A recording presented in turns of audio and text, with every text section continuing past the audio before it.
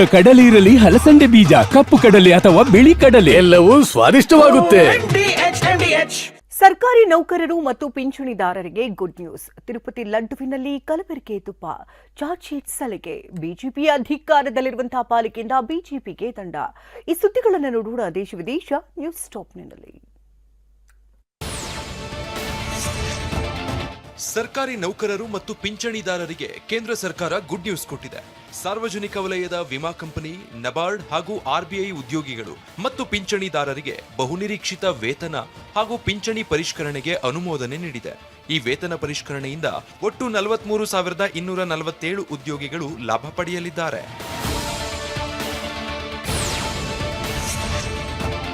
ತಿರುಮಲ ತಿರುಪತಿ ದೇವಸ್ಥಾನದ ಲಡ್ಡುವಿನಲ್ಲಿ ಕಲಬೆರಕೆ ತುಪ್ಪ ಬಳಸಿದ ಪ್ರಕರಣಕ್ಕೆ ಸಂಬಂಧಪಟ್ಟ ಹಾಗೆ ಸಿಬಿಐ ಕೂಡ ತನ್ನ ಅಂತಿಮ ಚಾರ್ಜ್ ಶೀಟ್ ಸಲ್ಲಿಸಿದೆ. ನೆಲ್ಲೂರು ಎಸಿಬಿ ನ್ಯಾಯಾಲಯಕ್ಕೆ ಸಲ್ಲಿಸಲಾದ ಈ ಚಾರ್ಜ್ ಶೀಟ್ನಲ್ಲಿ ಒಟ್ಟು 36 ಮಂದಿ ಪ್ರಮುಖ ಆರೋಪಿಗಳು ಅಂತ ಉಲ್ಲೇಖಿಸಲಾಗಿದೆ. ಇವರಲ್ಲಿ ಡೈರಿ ಮಾಲೀಕರು, ಮಾಜಿ ಟಿಟಿಡಿ ಅಧಿಕಾರಿಗಳು ಕೂಡ ಸೇರಿದ್ದಾರೆ. 15 ತಿಂಗಳುಗಳ ಕಾಲ 12 ರಾಜ್ಯಗಳಲ್ಲಿ ತನಿಖೆ ನಡೆಸಿ ಚಾರ್ಜ್ ಶೀಟ್ ಸಲ್ಲಿಸಲಾಗಿದೆ.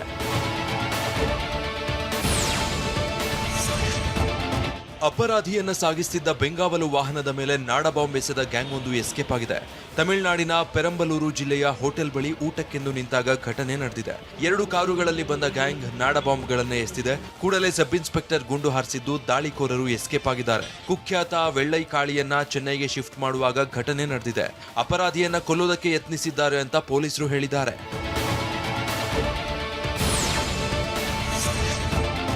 ಫ್ಲೆಕ್ಸ್, ಬ್ಯಾನರ್ ಮತ್ತು ಧ್ವಜ ಅಳವಡಿಸಿದ್ದಕ್ಕಾಗಿ ಬಿಜೆಪಿ ಜಿಲ್ಲಾ ಸಮಿತಿಗೆ ಬಿಜೆಪಿಯದ್ದೇ ಅಧಿಕಾರ ಇರೋ ಪಾಲಿಕೆಯಿಂದ 20 ಲಕ್ಷ ದಂಡ ವಿಧಿಸಲಾಗಿದೆ.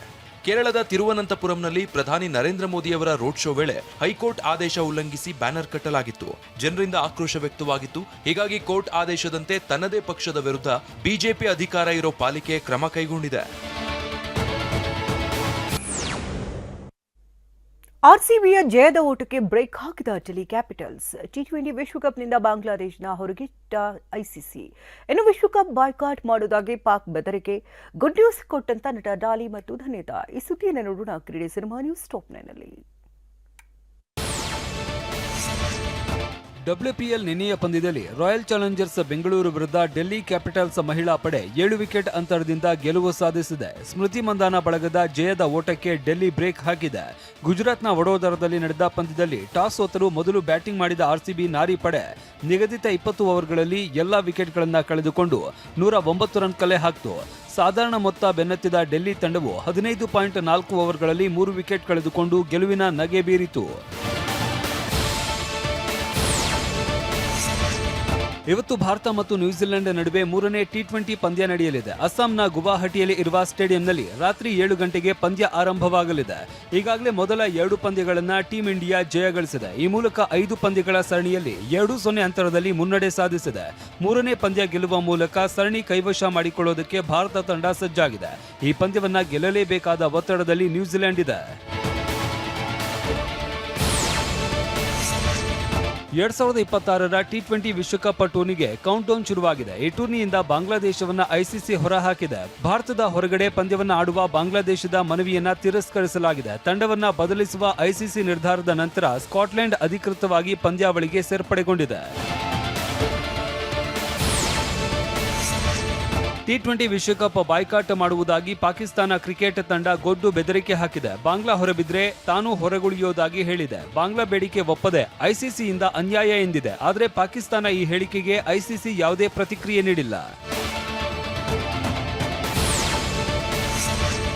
ನಟ ಡಾಲಿ ಧನಂಜಯ್ ಧನ್ಯತಾ ಜೋಡಿ ಗುಡ್ ನ್ಯೂಸ್ ಕೊಟ್ಟಿದ್ದಾರೆ. ಡಾಲಿ ಸದ್ಯದಲ್ಲೇ ಅಪ್ಪನಾಗಿ ಪ್ರಮೋಟ್ ಆಗ್ತಾ ಇದ್ದಾರೆ. ಇತ್ತೀಚೆಗಷ್ಟೇ ಧನಂಜಯ್ಗೆ ಗುಡ್ ನ್ಯೂಸ್ ಯಾವಾಗ ಅಂತ ಮಾಧ್ಯಮದವರು ಪ್ರಶ್ನೆ ಕೇಳಿದ್ರು. ಇದಕ್ಕೆ ಉತ್ತರಿಸಿರುವ ಡಾಲಿ ಹೌದು ಅಂದಿದ್ದಾರೆ.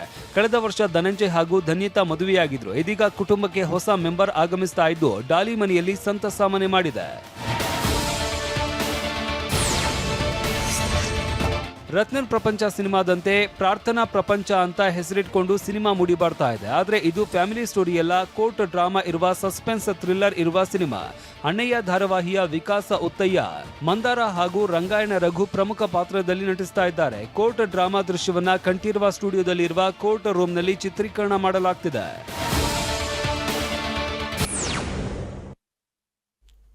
ವಾಹ್, ಯಾಕೆ ಈಗ ಬಂತ ಸ್ವಾದ? ಖಂಡಿತ ಈಗ ಬಂತು ಅಸಲಿ ಸ್ವಾದ. MDH chunky chaat masala life ಅಲ್ಲಿ ಅಸಲಿ ಸ್ವಾದ ತರುತ್ತೆ. ಅಸಲಿ ಮಸಾಲ, ಎಸ್ ಎಸ್ MDH.